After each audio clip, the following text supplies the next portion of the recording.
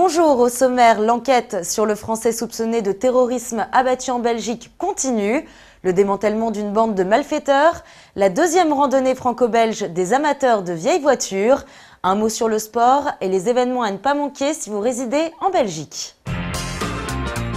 L'enquête sur Hakim Belhadjem, le Français abattu par les policiers belges sur une autoroute en Belgique, continue. L'homme avait fait l'objet d'une surveillance dès 2010 sur son implication éventuelle dans les activités d'un groupe de terroristes issus de la mouvance islamiste radicale. Une enquête qui n'avait rien révélé sur une possible menace en Belgique ou en Europe. Fin 2012, les autorités judiciaires françaises se sont rendues en Belgique, soupçonnant Hakim Belhadjem de se procurer du matériel paramilitaire. Les autorités avaient alors décidé de l'ouverture d'une nouvelle enquête début 2013. À l'heure actuelle, on ne peut pas dire que l'homme faisait partie d'un réseau islamiste. Du côté des médias, la presse belge continue à s'interroger sur d'éventuelles complicités ou ramifications avec des groupes comme Al-Qaïda. Le 3 avril dernier, les forces de l'ordre belges ont démantelé une bande de malfaiteurs qui dévalisaient des camions sur les aires d'autoroute en Belgique et dans le nord de la France. Beaucoup de marchandises volées telles que du tabac, des produits cosmétiques ou encore du matériel informatique ont été retrouvés dans 3 entrepôts perquisitionnés en Belgique. Une dizaine de personnes ont été arrêtées, 4 d'entre eux ont été placés en détention préventive et 2 remis en liberté sous condition. L'enquête ne date pas d'hier, elle a commencé à Bruxelles en novembre 2012. La collaboration entre les justices françaises et belges a permis de découvrir ce groupe d'individus professionnellement structurés dont le butin était ensuite écoulé dans un réseau commercial clandestin.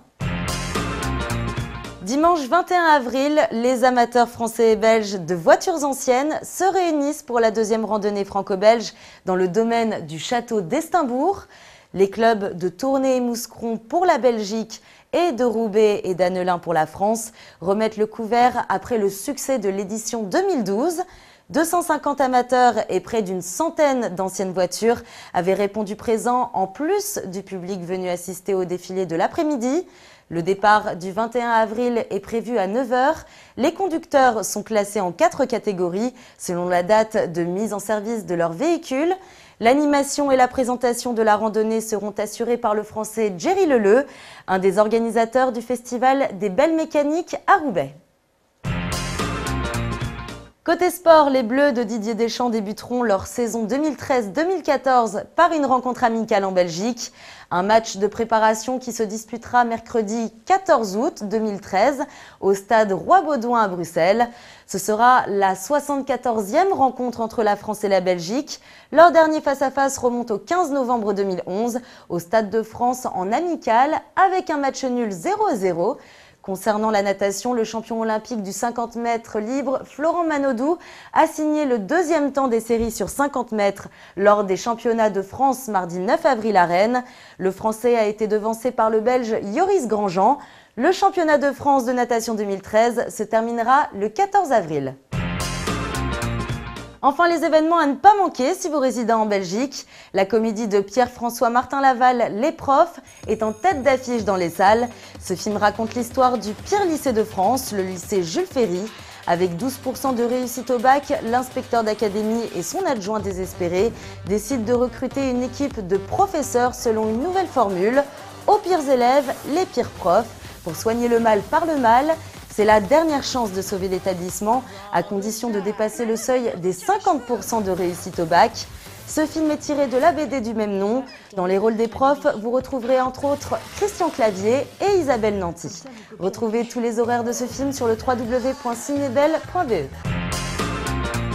Du 16 au 19 avril à Louvain-la-Neuve, à l'Olamania, ne manquez pas la pièce de théâtre Des jours et des nuits à Chartres.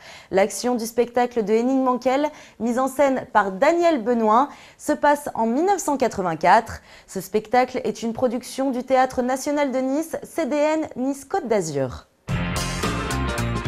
Le 28 avril prochain, au Centre culturel de la ville de Jodoigne, venez assister au concert d'Annie Cordy.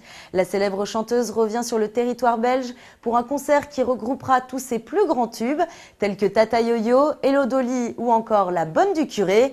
Plus d'informations sur le www.culturejodoigne.be. Merci de nous avoir suivis, à bientôt.